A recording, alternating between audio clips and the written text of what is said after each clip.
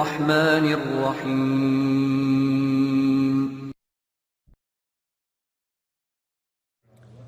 Di antara kisah yang berhubungan dengan kesolehan orang yang patuh kepada Allah dan kenikmatan hidup dia, kisah seorang anak muda di Mekah.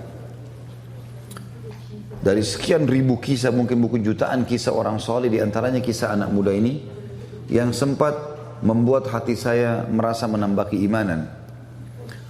Orang ini keluar dari masjid habis sholat duhur di Masjid Haram Mekah. Kemudian dia menemukan sebuah kantong. Kantong ini berwarna biru, beludru, ya. Biru yang terang, yang bagus gitu. Kemudian dia buka kantong tersebut dan dia temukan di dalamnya ada permata zamrud. Termasuk permata yang mahal. Di dunia ini pun sampai sekarang di masa kita juga dikenal dengan permata yang mahal. Di dalam Islam, Bapak Ibu sekalian, kita kalau menemukan benda yang jatuh, namanya luqatah dalam bahasa Arabnya. Hukum syar'inya kita dianjurkan tidak menyentuhnya. Hukum syar'i. Bapak Ibu temukan HP, temukan duit, temukan dompet, gak usah diganggu, biarin di tempatnya. Hukum syar'inya begitu. Karena bisa saja pada saat kita ambil, mungkin orangnya datang 5 menit kemudian.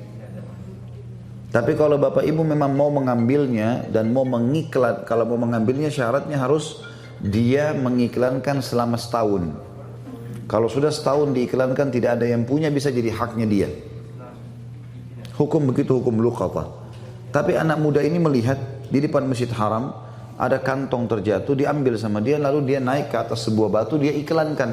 Dia mengatakan, wahai penduduk Mekah, dengarlah, saya menemukan kantong ini, ya, dan siapa yang merasa memilikinya silahkan datang ke saya. Lalu diangkat sama dia tinggi-tinggi.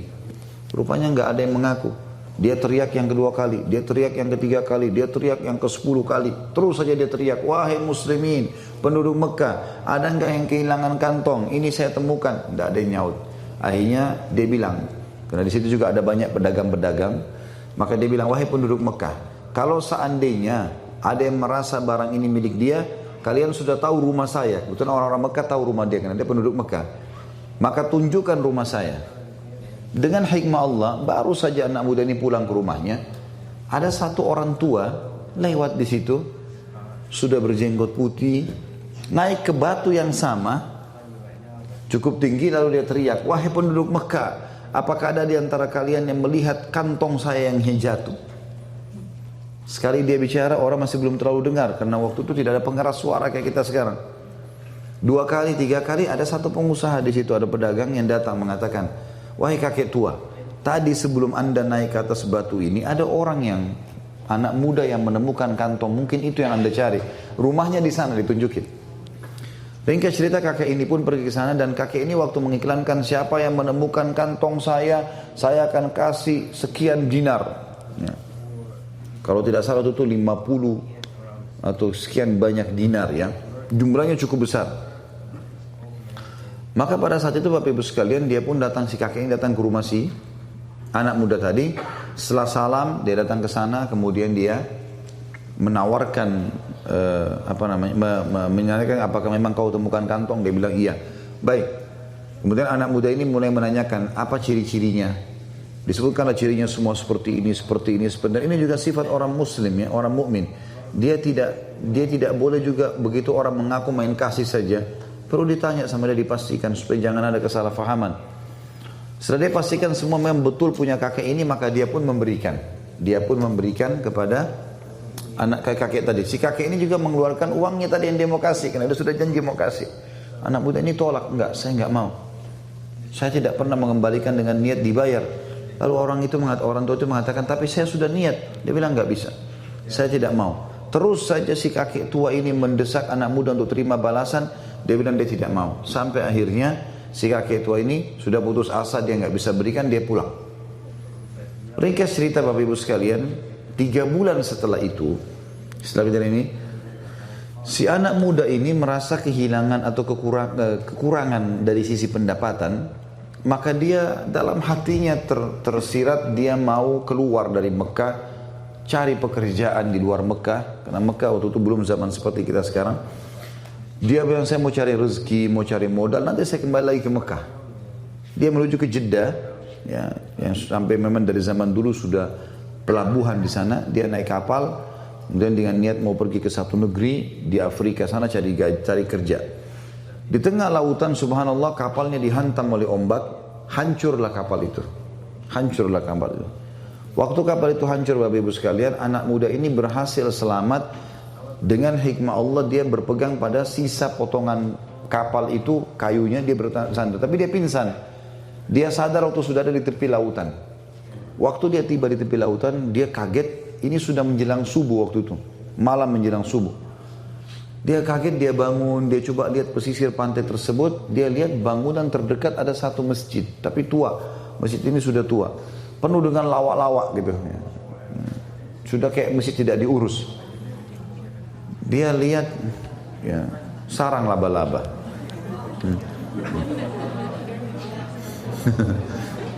Baiklah.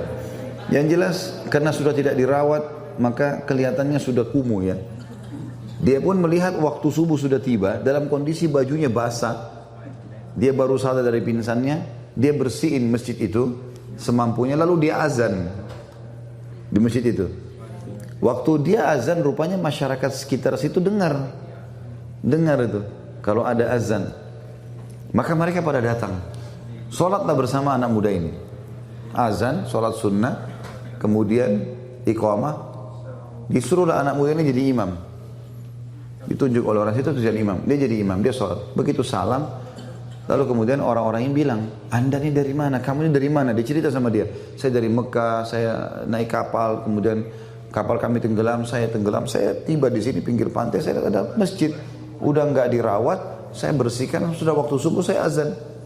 Kata mereka kebetulan kami butuh imam, bisa nggak jadi imam di sini?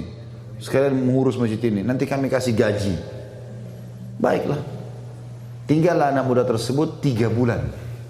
Jadi sekarang sudah 6 bulan meninggalkan 6 bulan dari kasus ketemu sama si kakek tadi.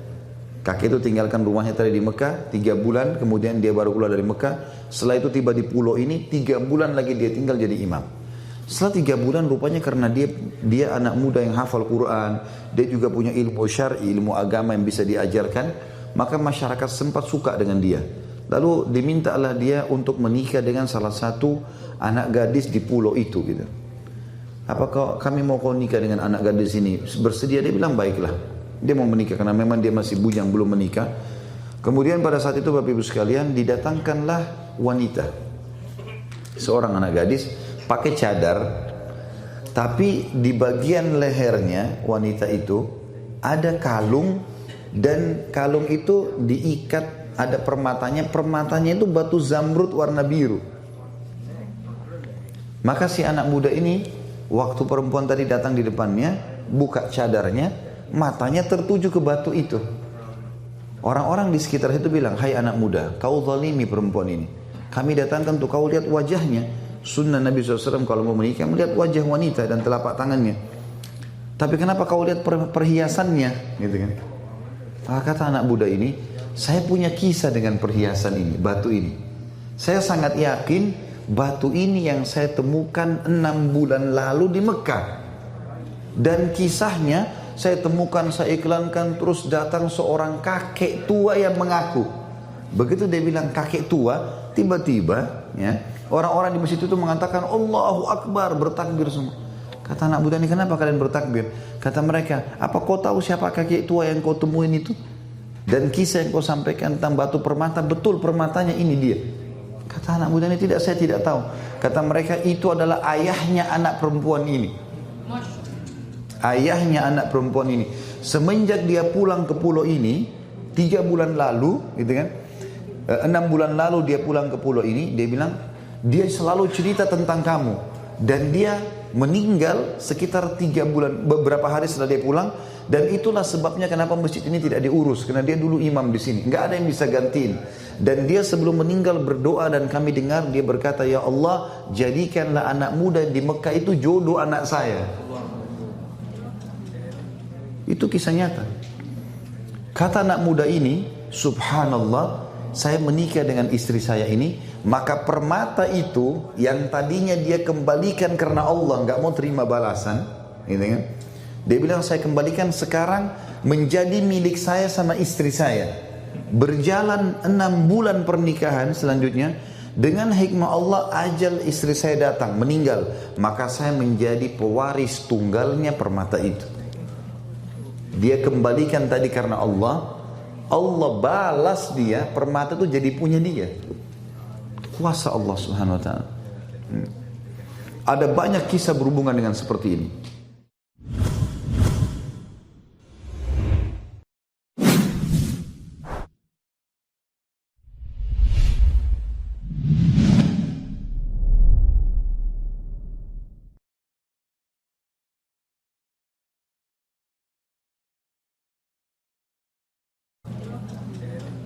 Itu kisah nyata. Kata anak muda ini, subhanallah, saya menikah dengan istri saya ini, maka permata itu yang tadinya dia kembalikan karena Allah nggak mau terima balasan, gitu kan? Dia bilang saya kembalikan sekarang menjadi milik saya sama istri saya. Berjalan 6 bulan pernikahan selanjutnya, dengan hikmah Allah ajal istri saya datang meninggal, maka saya menjadi pewaris tunggalnya permata itu. Dia kembalikan tadi karena Allah, Allah balas dia, permata itu jadi punya dia. Kuasa Allah Subhanahu wa taala. Ada banyak kisah berhubungan dengan seperti ini.